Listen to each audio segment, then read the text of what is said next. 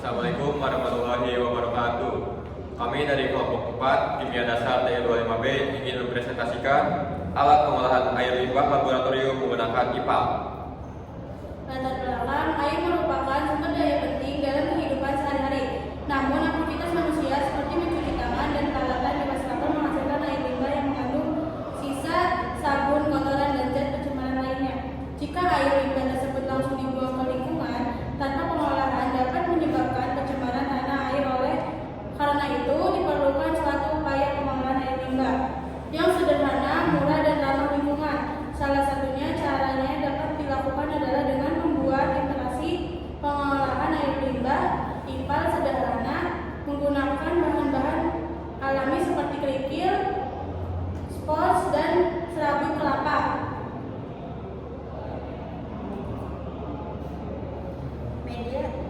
Media tersebut mampu menyaring kotoran dan mengurangi zat pencemar dalam air limbah. IPAL sederhana ini diharapkan dapat menghasilkan air yang lebih jernih sehingga dapat dimanfaatkan kembali untuk keperluan non-konsumsi seperti menyiram tanaman. Selain itu, pembuat IPAL ini juga bertujuan sebagai media pembelajaran mengenai pentingnya pengolahan limbah dan pelestarian lingkungan. Tujuannya membersihkan air limbah agar tidak merusak lingkungan dan membahayakan kesehatan. Pembahasan alat dan bahan ember volume 30 liter sebanyak 2 buah, pipa PVC 1 inci, serabut kelapa, kerikil, karbon aktif, spons, lem PVC, lem Korea, dan bor, pipa L dan pipa T. Pembuatan alat pengolahan air limbah. 1. Melubangi 2 ember, kemudian 2 ember tersebut dihubungkan dengan pipa air. 2. Setelah itu masukkan koral atau batu kerikil ke dalam masing-masing ember. 3. Setelah seluruh koral tersusun di dalam ember, masukkan arang di lapisan berikutnya. Lapisan selanjutnya adalah busa yang diletakkan tepat di atas arang. Setelah busa tersusun rapi di atas ember, lapisan terakhir yang digunakan adalah serabut kelapa. Air limbah yang dikelola adalah air limbah yang berasal dari wastafel. Air limbah tersebut akan melalui penyaringan di dalam IPAL hingga menghasilkan air yang jernih. Hasil inovasinya dimanfaatkan untuk menyiram tanaman. Cara kerja. 1. Bak penampung awal atau Intel. Cara kerjanya, air limbah dari berbagai sumber dikumpulkan dan ditampung sementara. Bertujuan menyamakan debit dan konsentrasi air limbah, mencegah lonjakan beban pencemar pada proses berikutnya. 2. Penyaring awal. Cara kerja, air limbah dialirkan melalui saringan kasar untuk menahan benda padat besar. Bertujuan menghilangkan sampah kasar, contohnya plastik, tisu, kertas. Melindungi peralatan IPAL dari kerusakan dan penyumbatan. Susun lapisan penyaring. 3. Bak pengendapan awal. Cara kerja, partikel padat berat mengendap secara gravitasi di dasar bak. Bertujuan mengurangi kandungan padatan tersusun, memisahkan lumpur dan minyak atau lemak dari air limbah. 4. Proses biologis. Cara kerja, udara dipompakan ke dalam bak sehingga mikroorganisme aerob mengurangi zat organik. Bertujuan menurunkan kadar BOD dan COD, menguraikan senyawa organik berbahaya secara alami.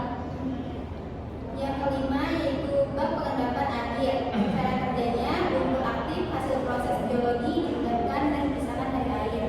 Bertujuan untuk memisahkan biomasa atau bakteri dari air olahan, bisa menghasilkan air yang lebih jernih.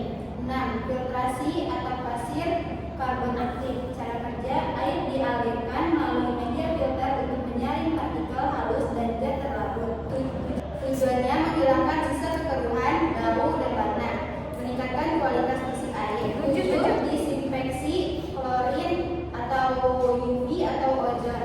Cara kerjanya, air diberi bahan kimia atau disinari UV untuk membunuh mikroorganisme patogen. Tujuannya membunuh bakteri, virus, dan mikroba berbahaya. Menjamin air aman bagi lingkungan. 8. Bak penampung akhir atau outlet. Cara kerjanya, air hasil olahan ditampung sebelum dibuang atau digunakan kembali. Tujuannya menyimpan air yang telah memenuhi bak dibuang atau dimanfaatkan ulang.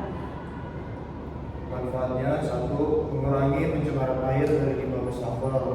2. Menghasilkan air yang lebih jernih dan tidak berbau. 3. Memanfaatkan bahan sederhana dan mudah diperoleh. 4. Menghemat penggunaan air bersih dengan cara daur ulang.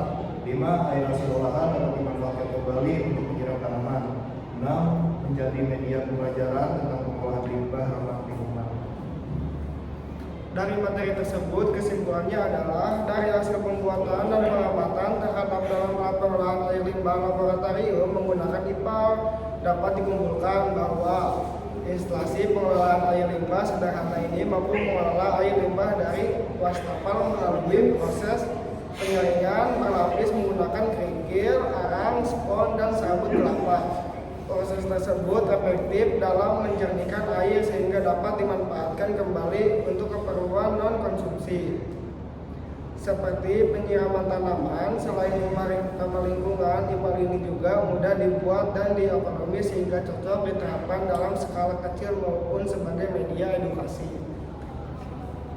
Mungkin sekian presentasi dari kami. Wassalamualaikum warahmatullahi wabarakatuh.